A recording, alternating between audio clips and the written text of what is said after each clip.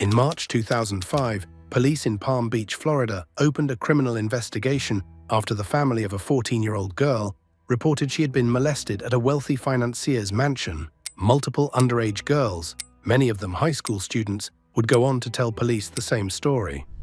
By May 2007, federal prosecutors had assembled a draft indictment outlining 60 criminal counts against that man, Jeffrey Epstein. He served less than 13 months.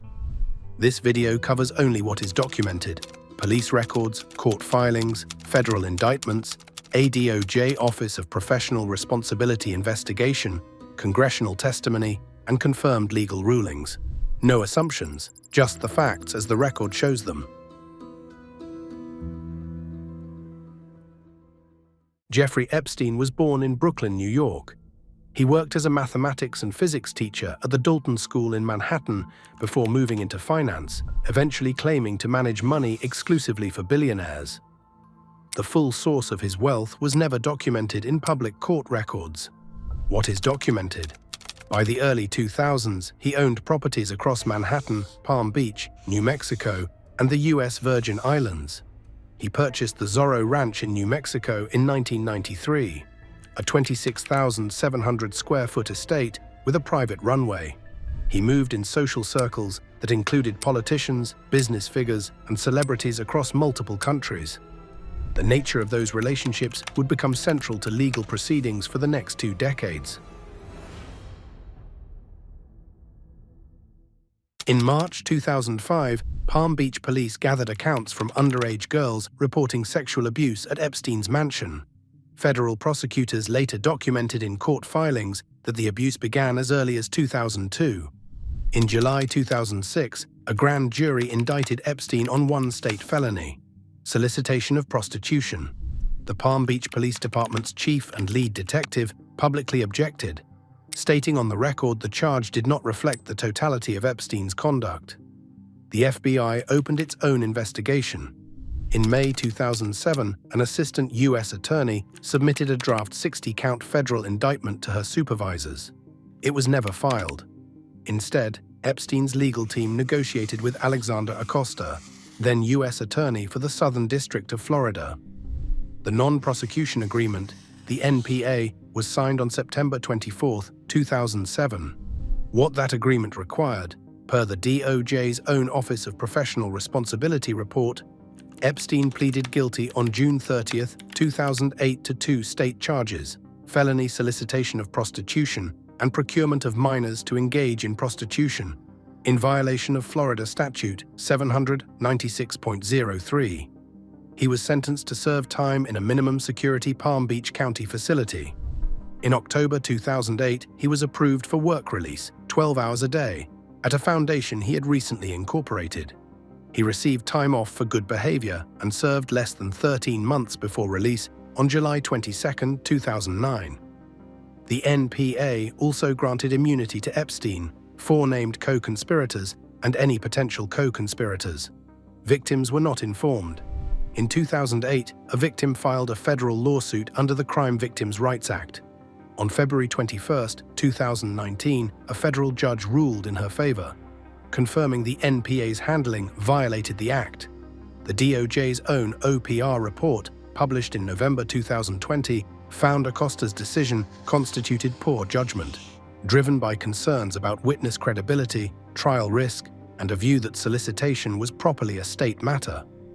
OPR found no professional misconduct, but concluded his view of the federal interest in prosecuting Epstein was too narrow. On September 19, 2025, Acosta testified before the House Oversight Committee for 6 hours. He defended the agreement. Democrats called his testimony not credible. The Republican chairman called him cooperative.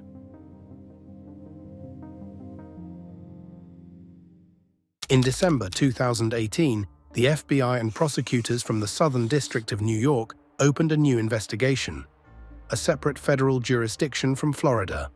On July 2, 2019, a federal grand jury indicted Epstein on 1 count of sex trafficking of minors and 1 count of conspiracy to commit sex trafficking. The indictment alleged a network of underage victims in New York and Florida, operating from 2002 through 2005.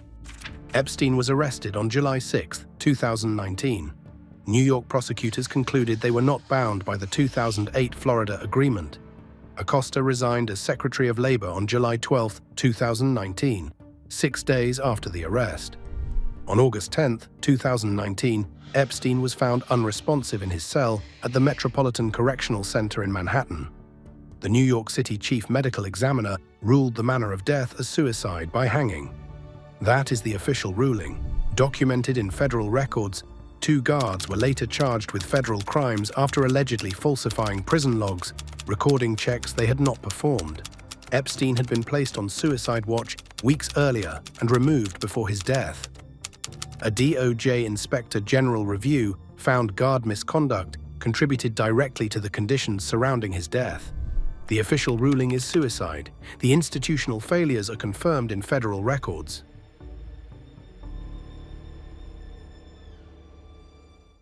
Ghislaine Maxwell, Epstein's longtime associate, was charged in July 2020 with sex crimes including helping to recruit and abuse his victims. After a month-long trial, she was convicted on December 30, 2021. On June 28, 2022, she was sentenced to 20 years in federal prison. Her appeal was rejected by the U.S. Supreme Court in October 2025. Virginia Giuffre, whose lawsuits were central to bringing evidence of Epstein's network into the public record, died by suicide in April 2025.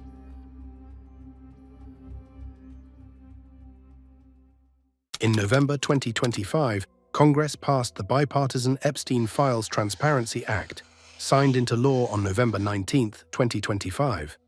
The law required the government to release all Epstein-related documents within 30 days. That deadline was not met. On January 30, 2026, the DOJ released more than 3.5 million pages of documents, 2,000 videos, and 180,000 images. Reports indicate the government may hold more than 6 million files in total. The release produced documented problems. Independent experts appointed by the UN Human Rights Council issued a formal statement on February 17, 2026, citing botched redactions that exposed sensitive victim information, putting survivors at risk of further harm. They called for independent, thorough, and impartial investigation into all allegations in the files.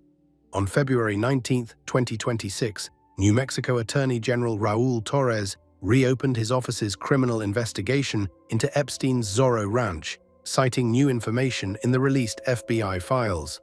The original probe had been closed in 2019 at the request of federal prosecutors in New York.